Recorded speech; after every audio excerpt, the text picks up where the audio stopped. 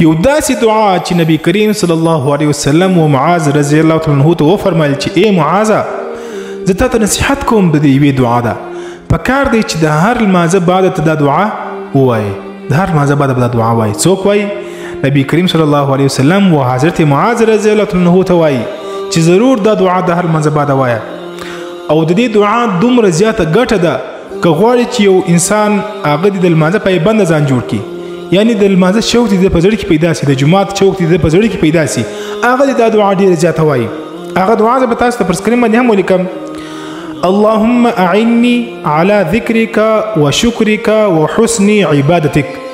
د دې دعا په برکت سره به ان شاء الله العزیز تاسو په زړه کې به د لمانځه شوق پیدا سي هغه کسان چې هغه وایي چې په زړه مې لمانځه ته نه غواړي زړه مې نه غواړي چې جومات ته دې لاړ سمه نو چې کله دا دعا دی زیاته ووایي کم از کم په ورځ کې 100 وارې دا دعا ووایه ان شاء الله العزیز ستا په زړه کې به د جومات د تلو شوق پیدا سي او د لمانځه پایبندي به خدای پاک در نصیب کړي دا ویډیو د ثواب په خاطر باندې مخ ته ضرور در سره شیر کړئ